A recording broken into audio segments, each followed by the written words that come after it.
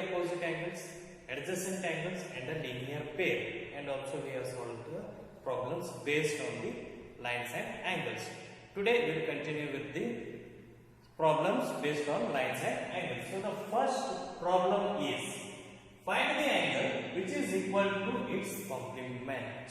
Find the angle which is equal to its complement. That means find the angle which are both are equal. See here, complementary angle is how much here? Complementary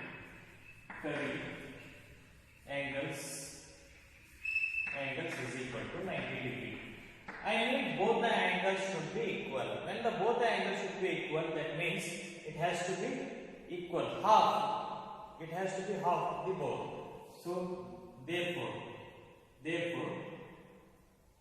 if you divide 90 degree by 2, why by 2 means both the angles should be equal. Both means there will be two angles should be equal. So divide it. 2 on the 90 into 45 degree. Therefore, the angle which is equal to its complement is 45 degree. The angle which is equal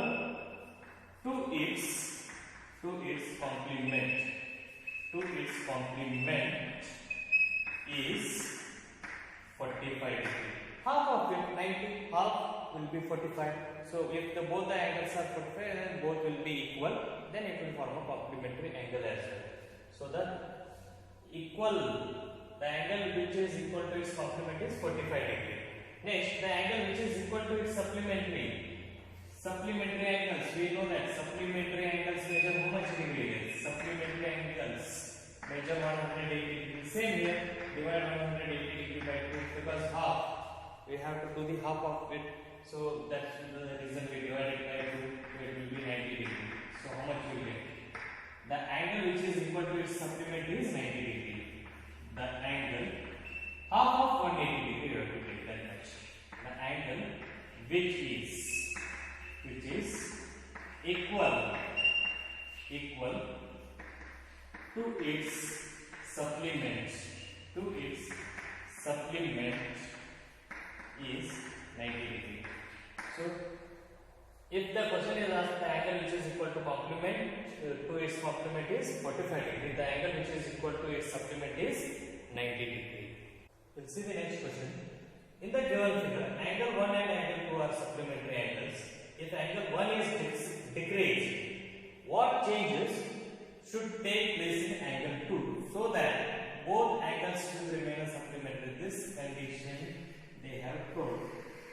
If you decrease the angle 1 also, both the angles should remain supplementary. This is what they have asked in the question. See here, what changes should take place?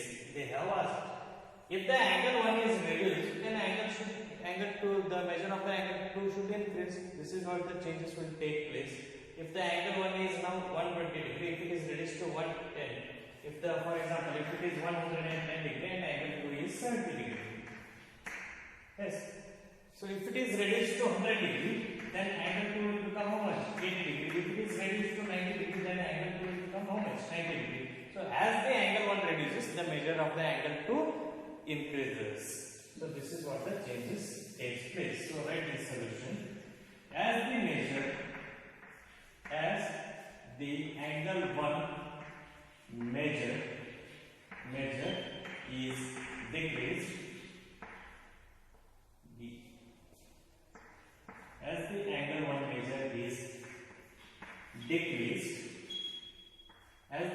measure is decreased, in the same way,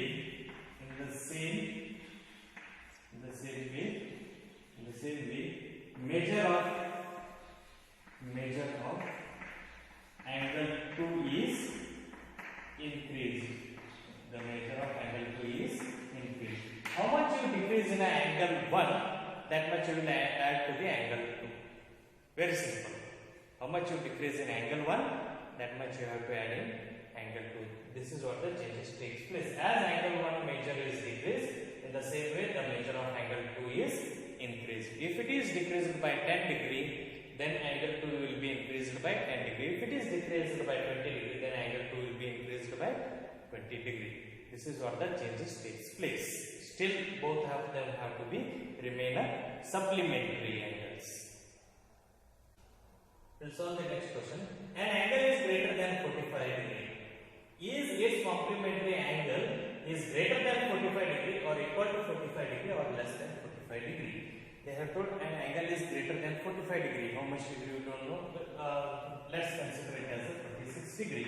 So to make the 46 as a complementary angle, if I take the complementary angle more than 45 degree, again if I take 46 degree, how much it will become? It will become 92 degree, which is greater than the complementary. The sum of complementary is 90 degree. So you cannot take 90 degree, greater than 90 degree. Or if it is equal to 45 degree, if it is equal to 45 degree, we cannot take, because already the angle is greater than 45 degree. For example, if it is 45 degree, 46 and 45, it will become 91 degree, but we need only 90 degree. So if the angle is greater than 45 degree, if the angle, one of the angle is greater than 45 degree, then the other angle should be less than 45 degree, then only it will become a complement to, then only you can form a complementary angle. Or else, if it is greater or equal to 45 degree, we cannot form a complementary angle. So answer is very simple here. So an angle is greater than 45 degree, then its complement is less than, it has to be less than 45 degree. If it is less than 45 degree, then we can form a complementary angle. If it is greater than 45 degree or equal to 45 degree, the sum of two angles will be more than 90 degree, which cannot form a complementary angle. So it has to be less than 45 degree. So the next question. In the adjoining figure, is angle 1 adjacent to angle 2? Angle 1 and angle 2. Just look at the figure given. A, O, E and OC is the common vertex. Angle 1 and angle 2 are there. So this is how the adjacent angle is formed. See here, OA and OA are non-common arms which are on the either side, and OC is the common arm and O is the common vertex. So it follows all the rules of the adjacent angle. So therefore it forms an adjacent angle. Yes, it forms an adjacent angle. Next, is angle AOC adjacent to AOE? Is angle AOC is adjacent to AOE? See here, it has got a common vertex, no doubt. What about the common arms? It do not have common arms, and it has to lie, the non-common arms should lie on the other side. Here it has not lied on the either side. So therefore it will not form an adjacent. AOC is not adjacent to AOE. No, it is not adjacent. Next, do COE and EOD form a linear pair. Form a linear pair. If do COE, see a line, they have given COE and EOD form a linear pair. Yes, because yes, it form a linear pair.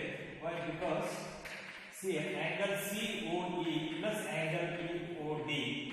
Angle COE plus angle EOD is equal to angle COD. Angle COD is a straight line which always measures 180 degree. Therefore, it forms a linear pair. On adding two angles, we will get 180 degree. That means we will form a linear pair. So your answer is yes. Your answer has to be yes. We'll see the next. Are BOD and DOA are supplementary? Yes, when you add angle BOD plus angle DOA, when you add these two, you will get an AOB, which is a straight line which you will get as 180 degree. On adding both the angles, angle BOD and DOA, angle BOD and angle DOA, we get 180 degree because it is AOB is a straight line and straight line measures 180 degree. So on adding both the angles, we get 180 degree. Therefore, we will call it as supplementary. Your answer is yes. Is angle 1 vertically opposite to 4? Is angle 1 vertically opposite to 4? Yes, it is there, vertically opposite. Say it as yes. Next, what is the vertically opposite angle of 5? That means phi b is nothing but angle AOD. Angle phi is nothing but angle AOD. So the vertically opposite angle of AOD will be angle COB or angle BOC. So vertically opposite angle will be angle COB. Next, indicate which pairs of angles are VOA means vertically opposite angles. Which pairs are vertically opposite angles? First one, angle 1 and angle 4 are vertically opposite. Angle 1 and angle 4 are vertically opposite. Next one, pair angle 5 and angle 2 plus angle 3 will be vertically opposite. Angle 5 plus angle 2 plus angle 3, because here they have drawn a ray and they have split it into two angles. So when you add these two angles, it will become vertically opposite angle to angle 5. So which are the vertically opposite angles here? Angle 1 and angle 4, and angle 5 and angle 2 plus 3.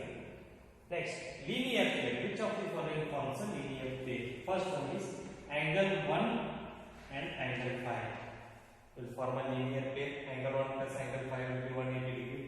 And similarly, we will take angle 4 and angle 5 will also form a linear pair. These two pairs will form a linear pairs. Let's see the next question. In the following figure, is angle 1 adjacent to angle 2? Give reason. See here, is angle 1 adjacent to angle 2? They have asked. Just look and observe at the figure. The vertex of angle 2 is here and the vertex of angle 1 is here. So it has not got a common vertex.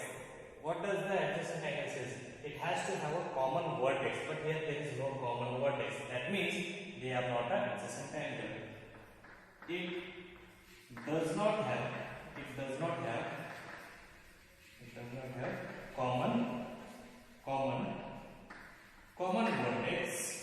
common vertex. Therefore, angle 1 and angle 2 are not adjacent. This is very simple one. To solve the next question, find the values of the angles x, y, and z in each of the following. In that first one they have given. See here, we have to find the values of the angle. See here, angle x is equal to 55 degree, because vertically opposite angles will be equal. So angle x will got it as a 55 degree. So and angle x plus angle y is equal to 180 degree, because it forms a linear pair. See here, angle x and angle y form a linear pair. There is a straight line in that line. There is one line standing on that. So that means there are two angles which forms a linear pair. So angle x we got as a 55 degree plus angle y is equal to 180 degree. Therefore, angle y is equal to, if 55 shift to that side, it will become a minus. So minus 55. So remains 5 degree carry over to 25. So 125 degree. So angle y is equal to 125 degree. When angle y is 125, angle y is equal to angle z, because they are also vertically opposite angles are equal. So therefore, angle y is equal to angle z is equal to how much it is? 125 degree. Therefore, x is equal to 55 degree and angle y is equal to angle z is equal to 125 degree. This is how we have to find the values of the x and y. Next one, that is second one. So angle z is equal to 40 degree, because it is a vertically opposite angle of the 40 degree. See, if 40 degree is there, angle z is opposite to it. So vertically opposite angles are equal. Therefore, angle z is equal to 40 degree. You will consider. Next, when angle z is 40 degree, then angle z plus angle y is equal to 180 degree, because both of them form a linear pair. When you add these two angles, you form a 180 degree. Why 180 degree? See here, this is a straight line. On that line, there is no line standing on it. When you add these two angles, it will be 180 degree. So such pairs we will call it as a linear pair. So angle z we got it as a 40 degree. So we have to find angle y is equal